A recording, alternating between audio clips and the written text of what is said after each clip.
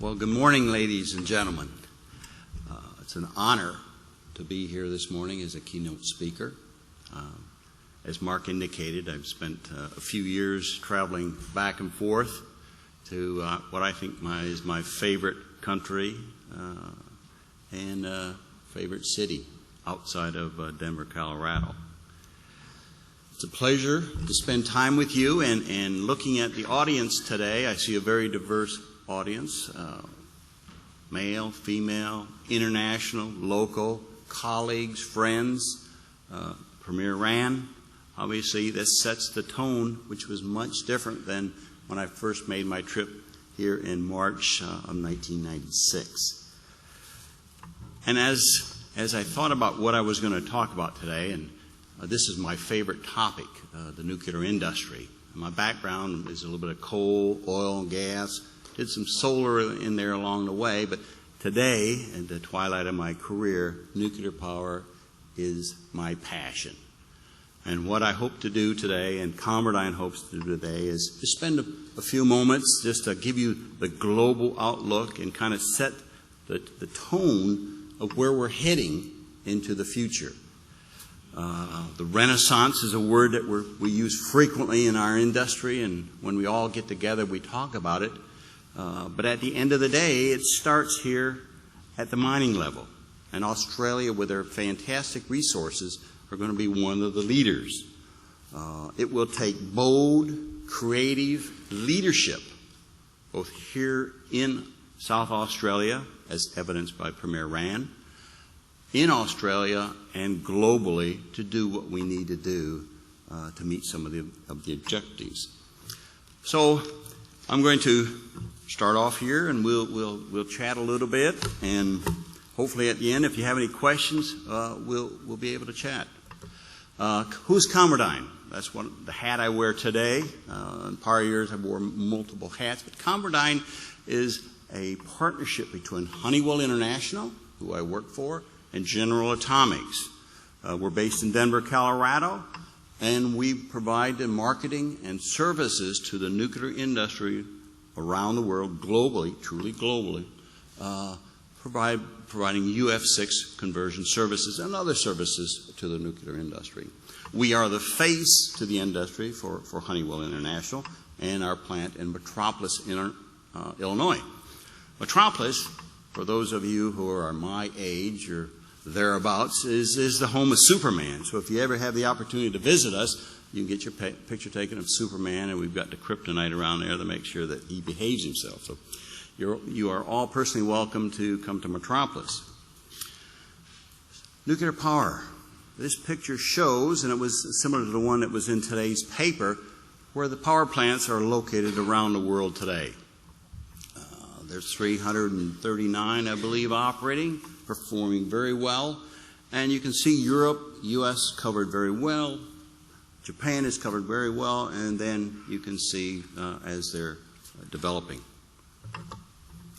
Top 10 nuclear-powered countries in the world. In the United States, we have 104 operating units today. We have one under construction, something that a lot of people do not realize. I'd like to say it's new construction, but this is construction that was actually started in the 80s, and we're just now getting around to finishing it up.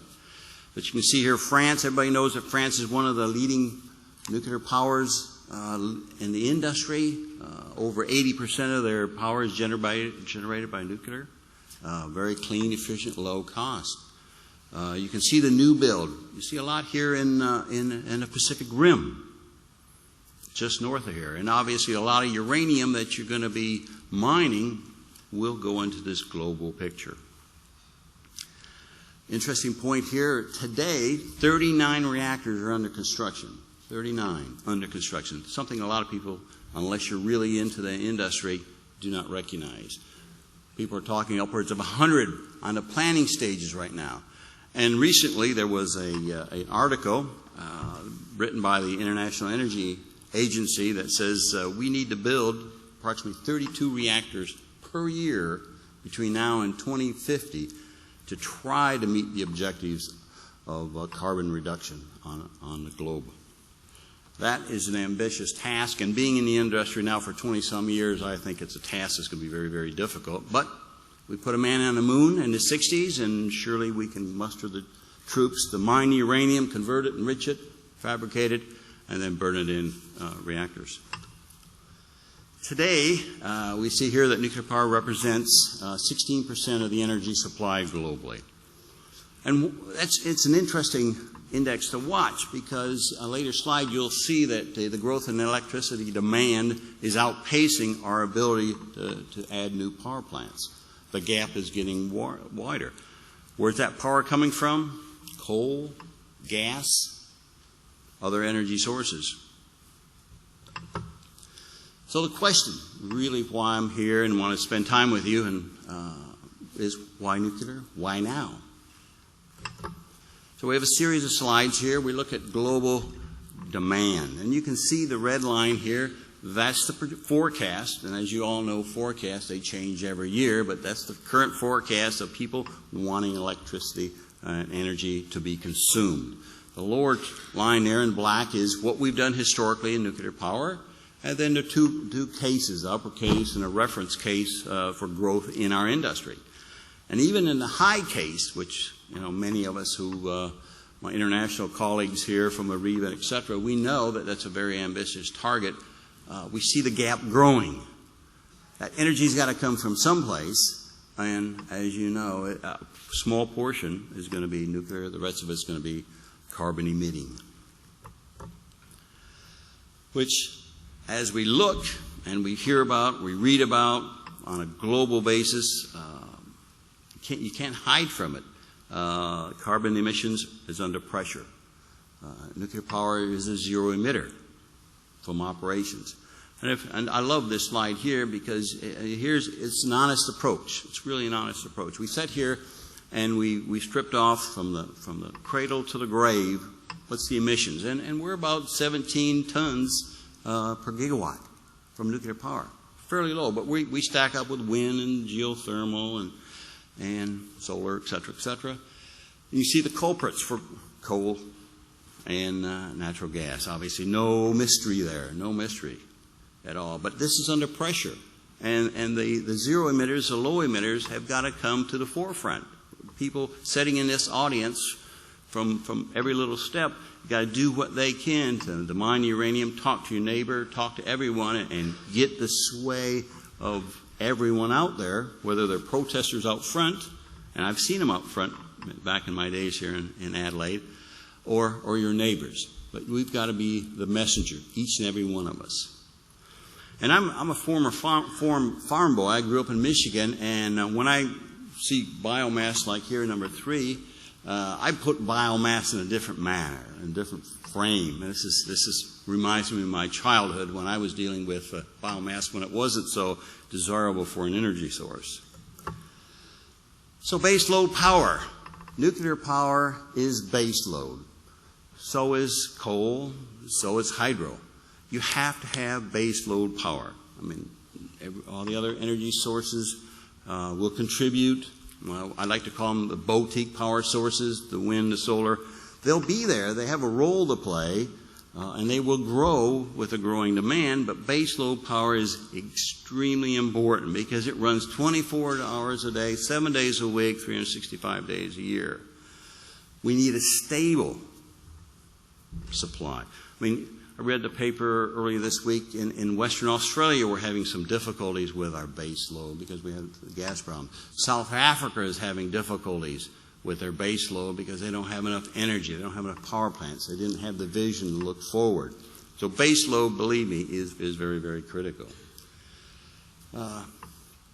And if you overbuild in small sectors, not on a global basis, but isolate, if you overbuild the wind and the solar and you get out of balance with your base load, then you can have operating problems. And we've seen some grid problems.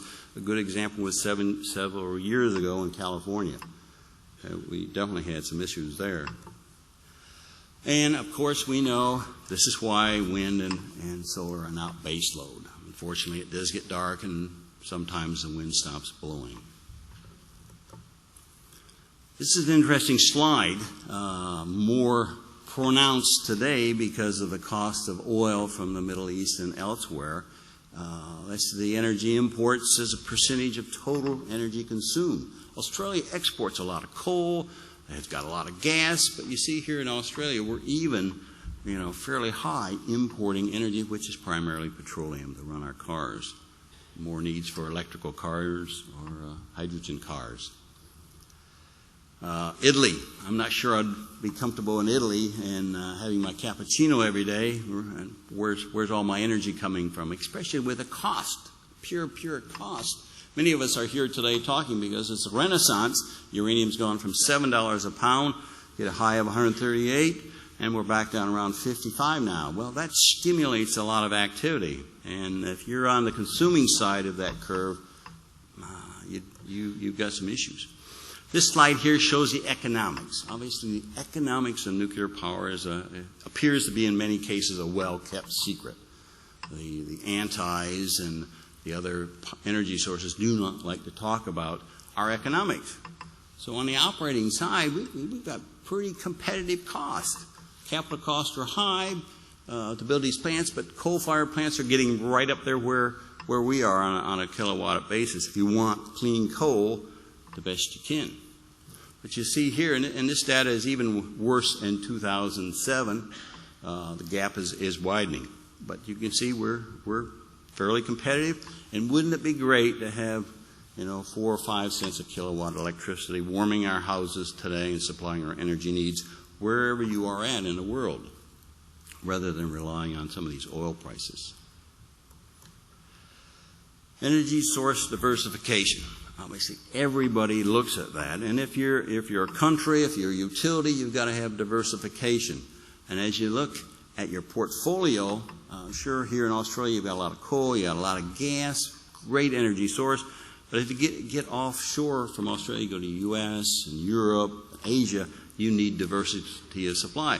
Nuclear power will not replace all the coal-fired plants in the world. They simply will not do that. But we're going to have a role to play, and with renaissance, with the encouragement and more mining, etc., we will have a bigger share, more optimistic. I'm not sure the second bullet there, buffer the price swings, because oil's up, coal's up, uranium's up, gas is up. I think maybe the swing is all up these days, but hopefully we'll see it swing back, and we'll have some economic benefit in our energy. What about long-term resources? Sitting here in Adelaide talking to you folks about nuclear power with a resource base of uranium that is being exploited and needs to be exploited to a greater extent by the people in this room, the new mines, new exploration. I mean, you can see uranium has a pretty good profile as it compares with coal, which is the #1 resource in the world.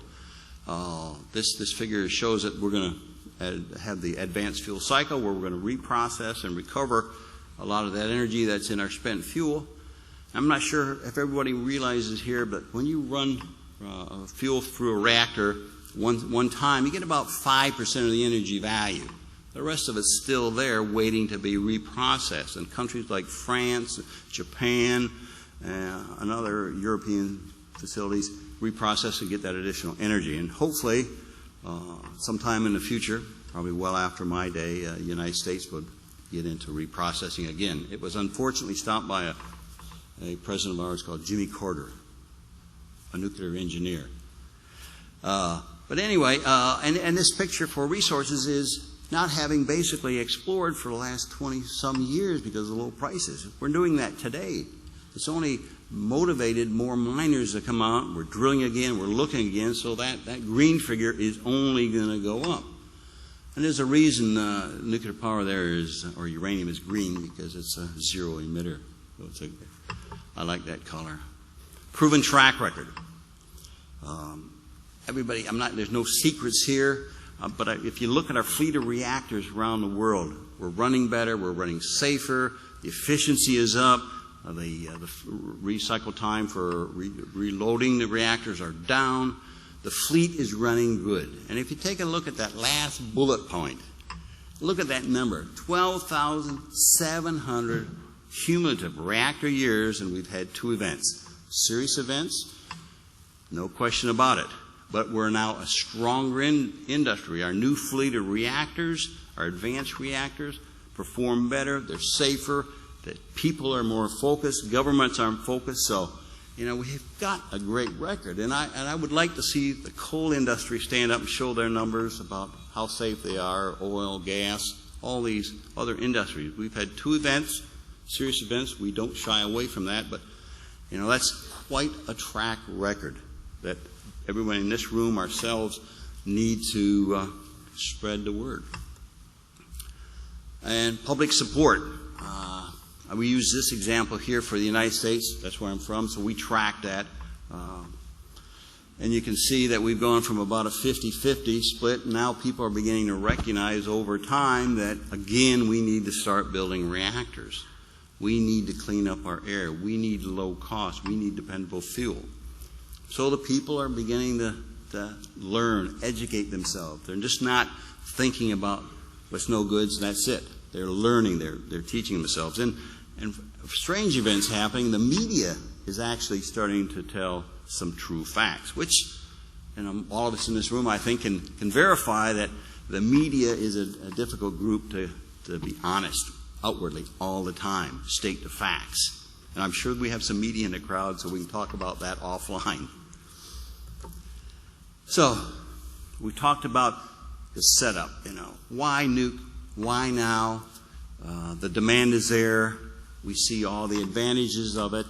But to make it work, other than the utilities building the reactors for billions of dollars, you got to have the infrastructure to supply the fuel.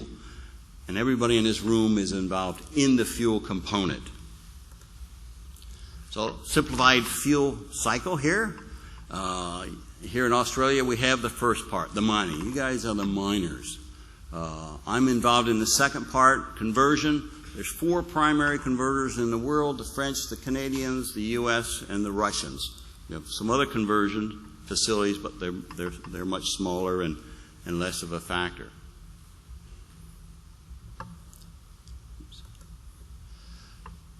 Now, this is the nuclear growth forecast. So everybody in this room and the other facilities, converters, enrichers, and fabricators have got to meet this growth demand. And this kind of shows between now and I think it's 2030 how many reactors could be built.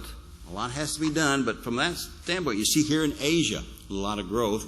It's India, that's Russia, that's China, along with Korea and China and Taiwan. Europe is basically flat. It depends on what happens in Germany and more needs there. And North America coming along very slowly, and hopefully we'll have 3 or 4 new reactors on order and built by 2015. Here's the key, growth in mining. Last 2 years I served on as co-chair for the WNA market study report that hopefully everybody here in this room has read and bought a copy of and uses as a tool. But we clearly need more uranium, clearly. And I think the price mechanism has driven more uranium production, more exploration. So in my mind, I think we will meet the need of however the growth of the nuclear reactor industry is. We look at more capacity: Canada, Australia, Africa. Kazakhstan is going to be a major player. From one standpoint, they're leaving everybody in the dust. Top mining companies: North America, Australia. This is the picture that we see right now. We lump Canada and U.S. together to make it look better, like we're good. But primarily, most of this is from Canada, and the big jump there is Cigar Lake, obviously. You see Australia, the timing frame, according to what we understand from BHP, they're not mining it by this point in time. So other than that, by 2016, they may be as high as Canada and growing. But the big one here is Kazakhstan. That's Australia's true competitor right there. That material has to be mined here efficiently, economically, transported out, and be a major player to offset and balance the scale of what's happening in Kazakhstan. Conversion, the second step, our step. I mentioned how many, there's 4 primaries. The French are replacing their facilities, updating. They're doing a great job. ConverDyn in Metropolis, Illinois just completed our expansion. And then the chemical and Kazakhs are looking at a facility. But there's still room for growth, and ConverDyn is looking at building a new facility, either at an enrichment site, someplace in the world, probably Europe, or at a mine site, someplace in the world. That's our growth profile. You see a lot of growth in North America. That's occurring right now between ourselves and chemical. Europe is fairly consistent. That will change once the decision is to build either in Kazakhstan or someplace in Europe by ConverDyn. Growth and enrichment. You're seeing a lot of activity there. Now, this is where the money is made, but this is also where you spend a lot of capital. And you can see, again, Arriva in France putting in a new enrichment facility at George Bessie 2, state-of-the-art centrifuges, LES, which stands for Louisiana Energy Services. Their second attempt at building a facility in New Mexico. You see Arriva is chosen Idaho to build one in the United States. And you see GE Silex. Silex is Australian technology that's a deal has been made with GE to develop that and commercialize it. And if anybody can develop it, it will be GE. This is a growth profile. A lot of it hinges on new reactor growth. We build them, the infrastructure will be there. The fuel cycle will meet the needs and be there. You see a lot of growth in Europe. That's Arriva, the French. Urenco building centrifuges. Russia's constantly building them. And in North America, I've just mentioned that. So you see a lot of growth. And this is all in anticipation that the people building the nuclear reactors are going to build them to meet all those objectives that we've talked about. So a real quick recap here. Why nuclear? Why now? I mean, if you look at this list here, it says that we should be building reactors everywhere we can around the globe. And just as an example, we're talking to and countries are talking about like Turkey, Finland, Egypt, Vietnam. They're all talking about now is the time to get to the act of building nuclear power plants. So there's going to be a lot of countries increasing nuclear reactors rather than the core people. I mean, Europe, U.S., Russia, everybody will build those. But all these new countries are going to come online. And what that means for everybody in this room is more uranium. So that's the key message. Now, obviously, having spent a lot of time here and listened to Premier Rand, which was one of the few leaders to advance uranium mining in Australia, you see globally here the renaissance is moving forward. People are going to build reactors. People are going to respond to the needs of low-cost energy and low carbon. So those green countries are moving. Hopefully, Australia will not be left behind. Not in the next 10 years, 20 years, or 30 years. I don't envision a nuclear power plant down here, but at some point in time, even Australia will have nuclear power. So those are just a few comments from an industry that I have a great deal of passion with. I think there's a lot of opportunities for entire sector of the fuel cycle, utilities globally, and everyone here I think will participate and have a great time. This is an opportunity that doesn't come around very often. So with those comments, I want to thank you very much for the opportunity. And I could have talked all day, but I only had 30 minutes, and I think I took my 30 minutes. So have a great stay in Adelaide, and look forward to chatting with you individually. Thank you very much.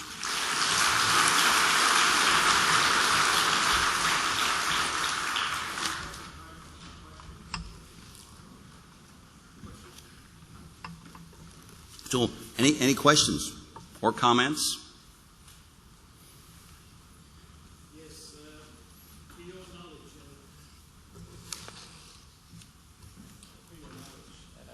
are there any moves in Australia to look at upgrading processing so that we do look beyond just straight export? To my knowledge, yes. There is discussions underway I think the next logical step for Australia at this point would be to consider conversion. So you have value added for your uranium. Conversion really doesn't change the form of the changes the chemical form of the uranium, but the U-235 stays the same, the radioactivity is the same, and by corporate stewardship or industry stewardship, it would make a lot of sense to have a conversion facility next to the mining site, so that the waste and the various costs of transports are reduced. So I think Australia is thinking about it, looking at it. I think we're ways away from the next step, which is enrichment or fabrication. I think that's down the road, but conversion, my step, is very benign and would make logical sense for Australia to take that one next step forward in the foreseeable future. That $1.72 number US for cost of nuclear power also include one of the waste disposal costs? That's the production cost. That 172 is production cost, and I think the European costs are probably a little better defined because many of those have methods planned and reprocessing for disposal. In the U.S., we're still talking about a disposal site, so we keep storing it at our reactors. But maybe that's not all bad, because at some point in time we're going to reprocess and get all that energy that's still sitting there in spent fuel pools at all of our 104 reactor sites. But that's purely production cost. Trying to put, and it's production costs for all of those. We're trying to put them on apples and oranges, or apple-to-apple basis there. Jim? Yes. Great. I really enjoyed the presentation. My name's Peter Waggett. Who's going to do all this work? Where are the people, where are the professional and support staff going to come from to support all this activity?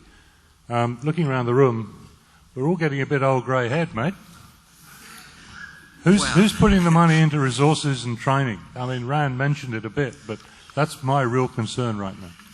Well, it is a concern for the entire industry globally. But I like to think, and we like to think, that as we move forward, we get some more concrete ideas, that the people will come, younger people will come. We're seeing it at the university level now. People are getting the interest. People are coming in. You see utilities recruiting at the university level. And if you go back to the 60s and 70s, when the first renaissance and boom in nuclear power, we didn't have anybody, right? They came from someplace. And I think this is going to be the same this time around. When we get serious and we go out and start hiring these people and training these people, they will be there. They will come. We have the problem right now. Talked about Kazakhstan, talked about Malawi. I mean, we saw countries like Malawi and Kazakhstan mentioned in your presentation. Where are all the people coming from right now? We have the problem today that the industry, I think, needs to put much more effort into recruitment and training and holding on to old people, just so that there is some retention of corporate knowledge. I concur. We're seeing and feeling that exact problem at a small scale, not a country scale, not an industry scale, but even within ConverDyn we see that. And I hate to use the expression, but we need to go out and steal the people from other industries. I mean, they're there. There's talented people out there. We just need to convince them that we are the industry that they should be working in and bring them in. In our organization, we're bringing people in with little or no experience, and we're training them. And we're building up some redundancy in the group just so that we have those people. Okay? Well, thank you very much. I enjoyed it.